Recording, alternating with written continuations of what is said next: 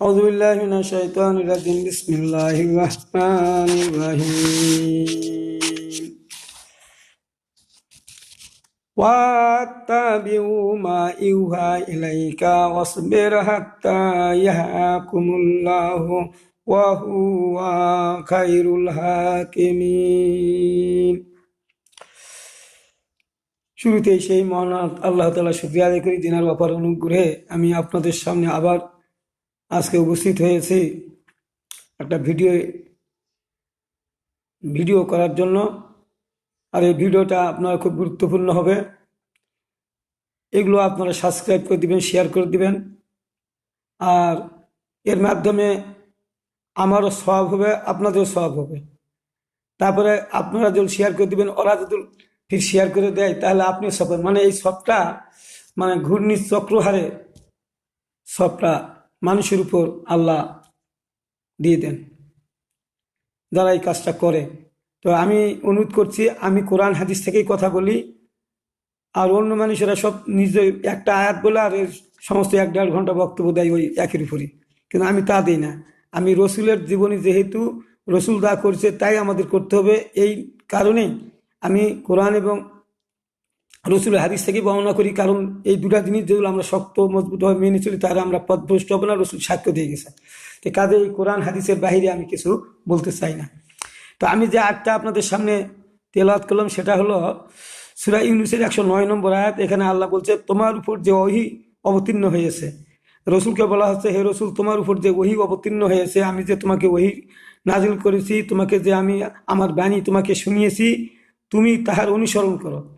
আল্লাহ বলছে, আমি যেটাই তোমাকে দিয়েছি সেটাই অনুসরণ করো, আর অন্য কোনো কিছু অনুসরণ করা যাবে না। তুমি ধৈর্য ধারণ করো। মানুষেরা যে তোমাকে প্রশ্ন করে, জর্জরিত করে, যে এটা কি হবে, ওটার কি হবে, এই ধরনের প্রশ্ন করে আপনি উত্তর দিতে পারো না, তখন আপনি বিচলিত হয়ে যান না। আপনি ধৈর্য ধারণ করুন। বিচলিত হবেন, এটা ঠিক আছে, কিন্তু ধৈর্য ধারণ করো যে পর্যন্ত না আল্লাহর পক্ষ থেকে কোনো আইন কানুন না আসে, বিধান না আসে, কোনো আইনের ধারাবাহিকতা চালু না হয়, ততক্ষণ পর্যন্ত অপেক্ষা করো। দেখো, আল্লাহ তোমাকে সব আইনগুলোই দিয়ে দিবে, ধীরে ধীরে দিবে। একবারে মানুষগুলো পালন করতে পারবে না, আরো বিভ্রান্তির মধ্যে পড়বে। কাজেই আমি এই আয়াতগুলোকে ধীরে ধীরে নাযিল করছি, এবং আল্লাহর বিধান আসে। আল্লাহ সর্বোত্তম আইনদাতা ও প্রণেতা। আমি গতকালকেও বলেছি ওই ভিডিওটার মধ্যে যে আল্লাহ একমাত্র আইনদাতা প্রণেতা। সৃষ্টি যার, হুকুম চলবে তার। আয়াতটা আমার মুখস্থ নাই। সৃষ্টি যার, হুকুম চলবে তার। যে সৃষ্টি করছে দুনিয়া, আকাশ বাতাস, পাহাড় পর্বত, নদী নালা, 7 সমুদ্র, 18,000 মাখলুকাত, জিন মানুষ, যত রকমের জীব জন্তু তিনি সৃষ্টি করছেন, সবগুলোই তারই এখতিয়ারে। আর এই কারণে তিনি আইনদাতা, তিনি আইন মানুষের জন্য দিবেন, সকলের জন্য দিবেন, এটাই ধ্রুব সত্য। এই কথাটা আমাদেরকে মেনে নিতে হবে। আর যারা এটা মানে না, আল্লাহকে সার্বভৌমত্বের ক্ষমতার মালিক মানে না, তাদের ইমানই নাই, তারা কুফরি করলো, তারা কাফির হয়ে যাবে। আল্লাহকে যখন সার্বভৌমত্বের মালিক যদি কেউ মনে না করে, আল্লাহ সৃষ্টি করেছেন এটাকে অস্বীকার করে, সে কাফির হয়ে যাবে। সূরা হাদীদের 25 নম্বর আয়াতে আল্লাহ আবার বলছেন, লাকাদ আরসালনা রাসূলানা বিল বাইয়িনাতি ওয়া ওয়া আনজালনা মাআহুমুল কিতাবা ওয়াল মিজানা লিয়াকুমান নাসু বিল কিসতি। আল্লাহ বলছেন, নিশ্চয় আমি রসুলগণকে প্রেরণ করিয়াছি। কি কারণে? আল্লাহ বলছে, নিশ্চয় আমি রসুলগণকে প্রেরণ করিয়াছি স্পষ্ট প্রমাণ সহ। আমি এমনি এমনি খামাকা কোনো রসুলকে পাঠিয়ে দেই নাই যে তারা নিজের মন গড়া কথা বলবে, আর মানুষেরা আবার প্রশ্ন করে সে প্রশ্নের জবাব দিতে পারবে না, উলট পালট হয়ে যাবে। এই ধরনের কোনো কথা আমি রসুলের কাছে দেই নাই। তাদের সঙ্গে আমি প্রমাণ সহ স্পষ্ট দিয়েছি, সেটা তাদের সঙ্গে দিয়েছি কিতাব, ন্যায় নীতি। আর ওই কিতাবের মধ্যে আছে ন্যায় নীতি, সুষ্ঠু বন্টন, ইনসাফ ভিত্তিক সমস্ত মানুষের চলাফেরার কলা কৌশল, সব কিছু আমি এই কোরআনের মধ্যে দিয়ে দিয়েছি। আল্লাহ বলছেন, এবং তাদের সাথে দিয়েছি কিতাব আর ন্যায় নীতি, যাতে মানুষের মধ্যে সুবিচার প্রতিষ্ঠা করতে পারে। আর এরা কি করবে? আমার রসুলগণ কি করবে? মানুষের মধ্যে ন্যায় ইনসাফ ভিত্তিক বিচার ফয়সালা করবে, এবং মানুষের সকল সমস্যার সমাধান করে দিবে। এই কথাটাই আগের আয়াতে যেটা বলা হলো, যে অপেক্ষা করুন, আল্লাহ যতক্ষণ বিধান না আসে অপেক্ষা করুন। ধৈর্য ধারণ করুন, চিন্তা করো না। আল্লাহ আপনাকে এই দুনিয়াতে এমনি এমনি ছেড়ে দেয় না। মানুষেরা আপনাকে অপদস্থ করবে, আপনাকে বেইজ্জতি করবে, এর জন্য আল্লাহ পাঠাননি। আল্লাহ পাঠাইছে আপনাকে আপনার সম্মানের খাতিরে পাঠাইছে। আপনার সম্মান রক্ষা হবে, আপনি ভয় করেন না, আপনি দৃঢ়তার সাথে আপনি কাজ করে যান। এখন একটা হাদিস দেই। কিছু সাহাবী আসে রসুল মা আয়েশাকে জিজ্ঞাসা করলো, মা আয়েশা, রসুলের চরিত্র কেমন, রসুল কিভাবে চলাফেরা করেন, তার তার চাল চলন কি, তার কর্মকাণ্ড কি, এই ধরনের প্রশ্ন করলে আয়েশা একবারে প্রশ্ন করেন, আন আয়েশাতা কলাত কানা খুলকিন নাবিয়া সাল্লাল্লাহু আলাইহি সাল্লাম মাল কুরআন। তোমরা কি কোরআন পড়ো নাই? বলে পড়ি। তো কোরআনটাই তো রসুলের চরিত্র, মানে কোরআন যা বলে রসুল তাই করে, আল্লাহ যা বলেন তাই রসুল করে। নাই তো রসুল্লাহ ফাঁকা দাতা আল্লাহ। আর আল্লাহ বলছেন যে যারা আমার রসুলের কর্মকাণ্ড করে তারা আমার কর্মকাণ্ড করে, আল্লাহ সাক্ষী দিচ্ছেন। আর আল্লাহর সাক্ষীটাকে আল্লাহ সাক্ষী দিয়ে কথা বলছেন, তারপরেও আমাদের এটার উপর বিশ্বাস হয় না, আমরা বিশ্বাস করতে পারি না। রসুলের কর্মকাণ্ড আমরা বিশ্বাস করি না, কিছু করি কিছু করি না, রাজনীতি মনে করে এড়িয়ে যায়। আর আল্লাহ বলছে মাইতুর রসুল্লাহ ফাঁকা দাতা আল্লাহ, মাইতুর রসুল্লাহ ফাঁকা দাতা আল্লাহ। যারা আমার রসুলের কর্মকাণ্ড করে তারা আমার কর্মকাণ্ড করে। তাহলে রসুল সাল্লাল্লাহু আলাইহি সাল্লাম এই কোরআনের আয়াত থেকে আমরা বুঝতে পারলাম যে আল্লাহ রসুল যা করবে তাই যদি আমরা করি, তাই যদি আমরা করতে পারি, তাহলে কি হবে? আল্লাহ আমাদের গুনাহ খাতা মাফ করে দিবেন। ওই সূরা ইমরানে 31 নম্বর আয়াতে যে বলা হয়েছে যে রাসূল তোমার উম্মতদের বলে দাও, তারা যদি আমাকে ভালোবাসে তাহলে তারা যেন আমার কর্মকাণ্ডের অনুসরণ করে, আনুগত্য করে, তাহলে আমি ভালোবাসবো, গুনাহ খাতা মাফ করবো। আল্লাহ বলে দিলেন। আর আমরা দুনিয়াতে বলতেছি যে এতবার কলমা পড়ো আমাদের এক হবে, এতবার কলমা পড়ো এটা হবে ওটা হবে। আরে আপনি তো কলমা পড়বেন, রসুল কলমা পড়েন নাই, কিন্তু কলমা তো পড়ার জন্য আসে নাই, কলমা তো জিকির করার জন্য আসে না। কলমার অর্থ হলো আল্লাহ ছাড়া কোনো আইনদাতা নাই, কোনো হলো রেজেক দাতা নাই, কিচ্ছু নাই, একমাত্র আল্লাহ আমাদের হলো সবকিছুর মালিক। কলমার অর্থ হলো একমাত্র আল্লাহ আমাদের এই পৃথিবীতে যত আছে, আসমান জমিনে যত সৃষ্টি আছে সবগুলোই আল্লাহর এখতিয়ারে। আর এই আল্লাহর এখতিয়ারের অধীনে থেকে এই সমস্ত হুকুম আহকামগুলো আমাদের মেনে চলতে হবে।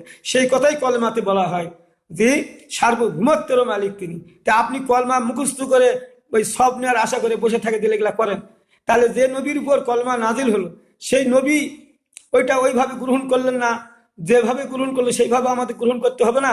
এই যে আমরা ভুল করছি, আল্লাহ এবং আল্লাহ রসুল নিজেই বলে দিচ্ছেন। যদি আমরা এই আয়াতগুলা না মানি, এই আয়াতগুলা না মানি, এই যে বক্রতা অনুসন্ধান করছি, আল্লাহ কলমা পাঠাইলো মানুষের হেদায়েতের জন্য, আর আপনি কলমাকে জিকির হিসাবে গ্রহণ করলেন। তো এই যে জিকির করলে হবে অনেক সব, এবং আসমান জমিনের মধ্যে ফাঁকা জায়গা পূরণ হয়ে যাবে। এই যে বক্রপথ অনুসন্ধান করে রসুলের আর অন্য কর্মকাণ্ডগুলোকে এড়িয়ে গেলেন। আপনারা যারা এই ধরনের বিশ্বাস করেন করে যারা আমল করেন, আপনারা তো বুঝেন না ফরজ কোনটা, নফল কোনটা, ওয়াজিব কোনটা, এগুলো তো বুঝেন না। আর যদি বুঝেন তাহলে মানেন না কেন? আমার প্রশ্নটা এটা। আপনারা আমার উপর অনেকে রাগ করবেন, রাগ কেন করবেন? আমার প্রশ্ন হলো এটা, আপনাকে যদি বলা হয় আপনি কি ফরজ বুঝেন না, বুঝি না মানে, আপনি কোরআন মানেন না, বুঝি না মানে, বুঝেন ভালো কথা, আপনি মানেন না কেন? বুঝা যেহেতু না বুঝেন, আপনি না মানেন, তাহলে হলো এটা কথা কাজের মিল থাকলো? কথা কাজের মিল থাকলো না, তাহলে তো আপনি মুনাফেক হয়ে গেলেন। তাহলে এই কথাগুলো আপনার জীবনে আনতে হবে না। এখন আমি যেটা বুঝাতে চাচ্ছি, দেখেন আল্লাহ নিজেই বলে দিলেন মানুষ বক্রপথ সন্ধান করে। যে কথা রসুল আমার বলে, রসুলের মাধ্যমে যে আয়াত আমি নাযিল করি, এরা আবার করে কি, এরা আবার ওখান থেকে একটা বাঁকা পথ সৃষ্টি করে, এটা এক সৃষ্টি করলে ওখানে আবার টানি নিয়ে যায়, ওইদিকে ইবাদত বন্দী করে। আল্লাযীনা ইয়াসুদ্দুনা আন সাবিলিল্লাহি ওয়া ইয়াবগুনাহা ইওয়াজা, যারা আল্লাহর পথে বাধা দেয়, আল্লাহর পথে যারা বাধা দেয়, কারা বাধা দেয়? যারা আল্লাহর জমিনে আল্লাহর দ্বীন কায়েম করতে চাচ্ছে তাদের কি আল্লাহ তারা বাধা দেয়। এই আইন চায় না, তারা শরিয়া আইন চায় না, বাধা দেয়।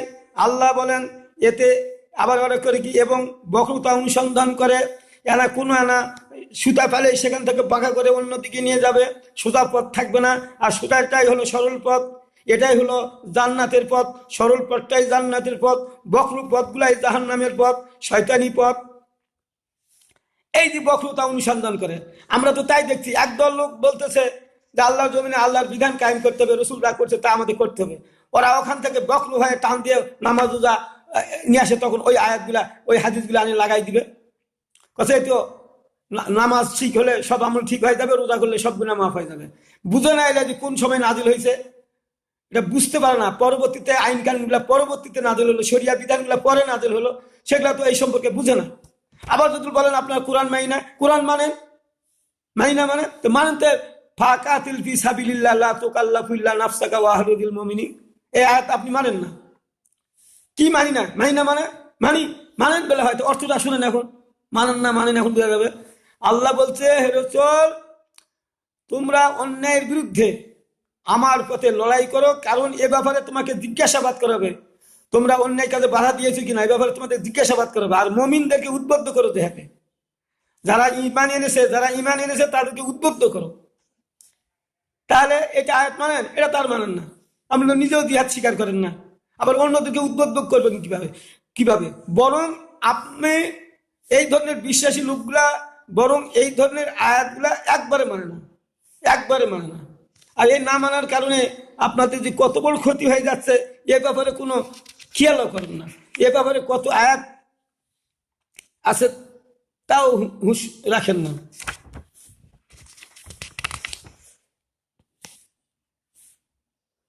ওয়াহুম বিল আখিরাতি হুম কাফিরুন, এই যে কি পথ বার করলো, বক্রপথ অনুসন্ধান করলো। আল্লাহ বলছে এরাই হলো কিয়ামতকে প্রত্যাখ্যান করে, এরাই কিয়ামতকে অস্বীকার করে।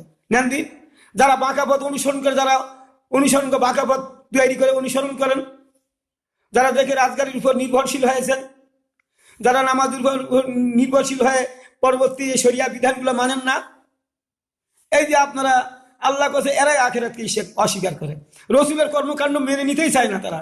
আমি রসুলকে কি কারণে পাঠালাম, আর আমার রসুল কত কষ্ট করলো, তার সাহাবীগণ কত কষ্ট করলো, অথচ পরবর্তী উম্মতরা এগুলা করতেই চায় না, আর রসুলের কর্মকাণ্ডের সঙ্গে মিল করতে চায় না। আবার আল্লাহ বলতেছে কি দেখেন, সূরা মুহাম্মদের 1 নম্বর আয়াত, আল্লাযিনা কাফারু, যারা এই রকম চরিত্র তাদের, শোনার পরেও যারা মানে না এবং অন্যদেরকেও আল্লাহর পথ থেকে নিবৃত্ত করে, হ্যাঁ, ওয়াসাদ্দু আন সাবিলিল্লাহ, আল্লাহর পথে বাধা দেয়, আল্লাহর পথে যারা চলে তাদেরকে বাধা দিয়ে ঘুরে নিয়ে আসে। আল্লাহ বলছেন আদাল্লাহ আলাহম, আল্লাহ তাদের কর্মকাণ্ড ব্যর্থ করে দিবেন। তাদের যে ওই যে নামাজ রোজা পড়ে ওই সময় ইবাদত বন্দি করে কিছু সব হয়েছে, এই সবগুলা ডিলেট হয়ে যাবে। কেন ডিলেট হবে? পরবর্তীতে রসুল সাল্লাল্লাহু আলাইহি ওয়াসাল্লামের আর কর্মকাণ্ডগুলো তারা মানে না এবং করতে চায় না, এদের কর্মকাণ্ড আল্লাহ সব ডিলেট করে দিবেন। তাহলে আপনাদের নামাজ রোজা কোন কাজে আসবে বলেন? আপনাকে এগুলো মানতে হবে। রসুল সাল্লাল্লাহু আলাইহি ওয়াসাল্লাম নামাজ রোজা করে নাই, আর নামাজ রোজা না করলে তো ইমানই থাকবে না, ওটা তো পূর্ব সত্য। তো ইমান আনলে হবে আপনি জমিতে বিছন ফেলাইছেন, জমি চাষ করেছেন, তাহলে তো গাড়বেন। আর বিছন ফেলার নাই, জমি চাষ করে নিয়ে বসে আছেন, সবাই জমি গাড়তেছে, আর আপনি পরে কোথায় জমি কেন গাড়ুছি না, কেন বিছনই ফেলার নেই, তো জমিতে আপনার ধান আসবে? জমিতে ধান আসবে? আপনি তো নামাজ রোজা করবে, এটা তো আপনার কম্পালসারি, এটা করতে হবে। এটা যেমন বিছন ছাড়া, বিছন না হলে আপনার জমিতে ফসল ফেলানো যাবে না, জমি 1000 বার চাষ করলেও কোনো লাভ হবে না। তা আপনি নামাজ না থাকলে এগুলা করে কোনো লাভ আছে? নামাজ পড়ে ওই জমিতে ফসল ফেলালেও লাভ হবে না যদি নামাজ না পড়ে। তো নামাজটা তো থাকবে, নামাজ বীজও থাকবে, বীজও থাকবে, জমিন চাষ করতে হবে, এক করতে হবে, তারপরে জমি গাড়ার পরে তাতে নিড়ানি দিতে হবে, ওষুধ পাতি দিতে হবে, তারপরে তো হবে।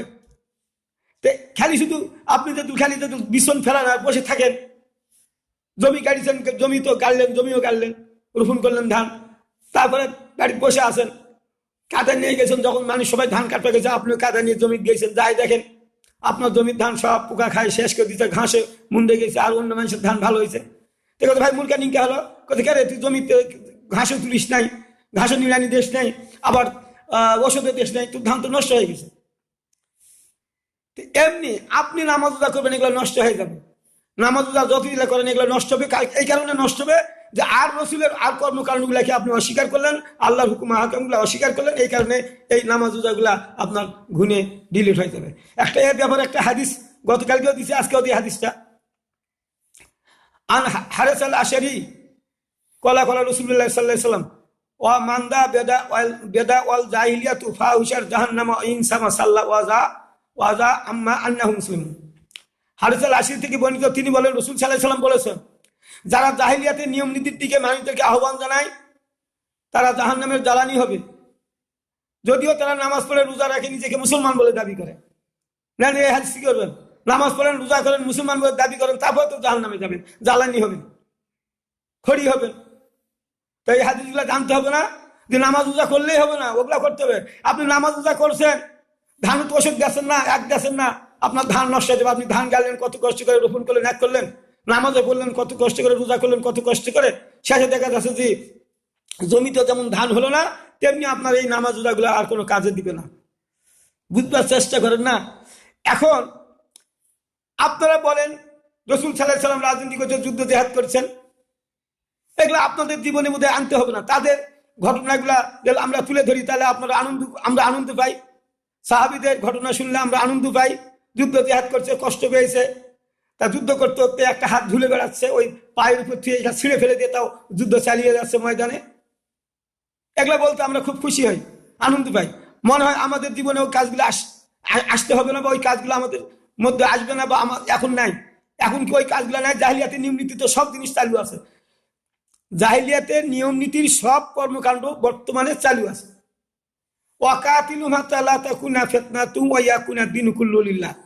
আল্লাহ নিজেই বলে দিয়েছেন, তোমরা তাদের বিরুদ্ধে সংগ্রাম অব্যাহত রাখো যতক্ষণ না দুনিয়া থেকে ফিতনা ফাসাদ উচ্ছেদ হবে, আল্লাহর জমিনে আল্লাহর বিধান কায়েম হবে, ততক্ষণ সংগ্রাম চলবে।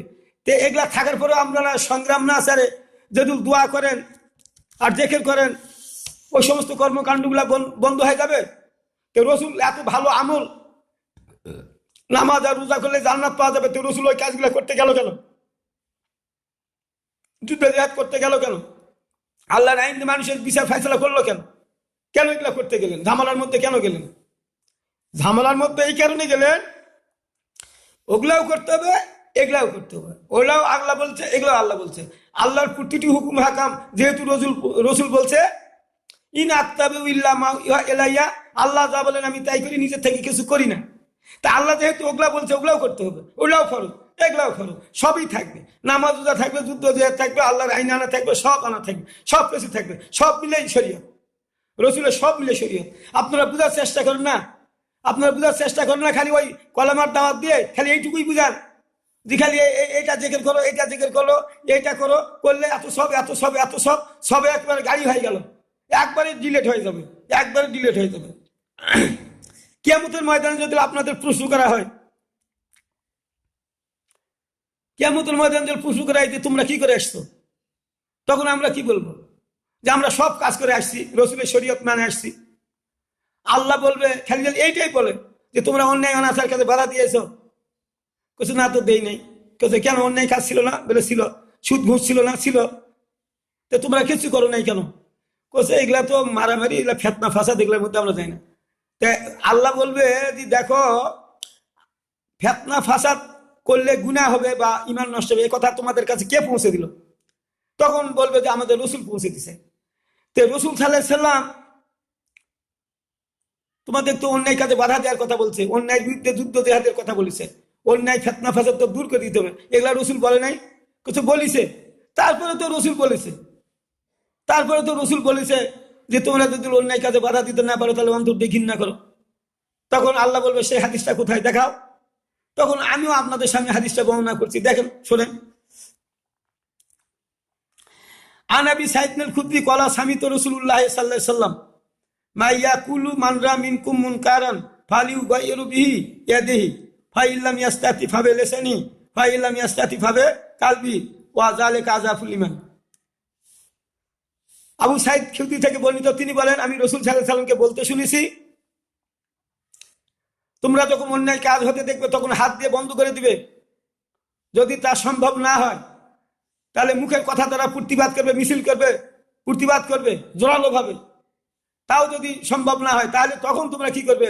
অন্তর দিয়ে ঘৃণা করে বসে থাকা নয়, কি করে ওই অন্যায় কাজটা বন্ধ করা যায় তার জন্য সকলকে নিয়ে পরামর্শ করে যতগুলো লোক দ্বারা প্রতিবাদ করা যাবে ততগুলো লোক সংগ্রহ করে ওটার অন্যায় প্রতিবাদ করতে হবে। এটা হলো ইমানের দুর্বলতা ইমান। কারণ সঙ্গে সঙ্গে বাধা দেওয়া উচিত ছিল, কিন্তু তা পারে নাই, কিন্তু তারা অন্যায় কাজটা করেই ফেললো, করে অনেক মানুষকে তারা বিপদগামী করলো।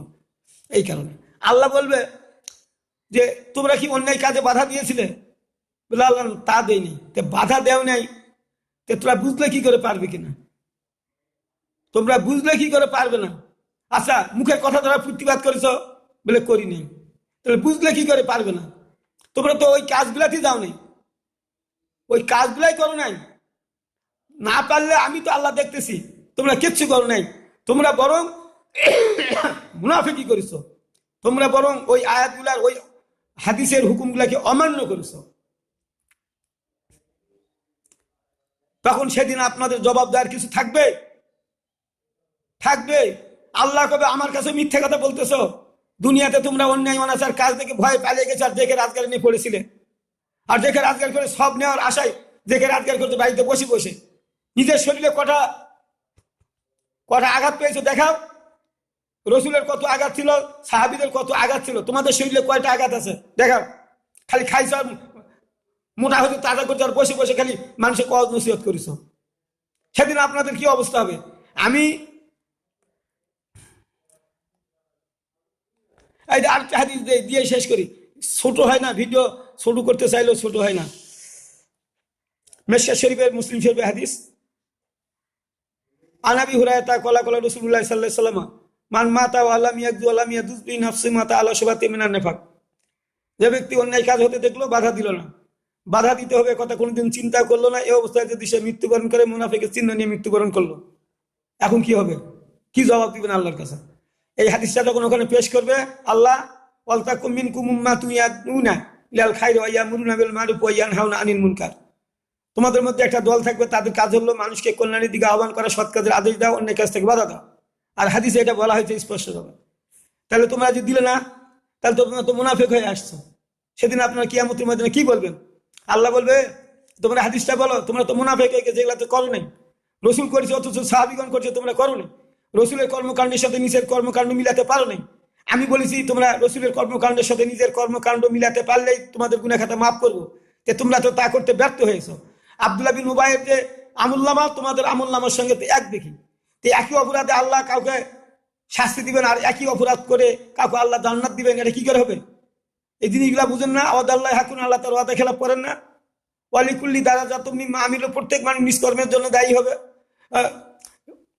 লেকুল্লি দারাজাতুম মিম্মা আমিলু, প্রত্যেক মানুষ নিষ্কর্মের জন্যই মর্যাদা বাড়বে, তার নিষ্কর্ম জন্যই মর্যাদা বাড়বে তাদের।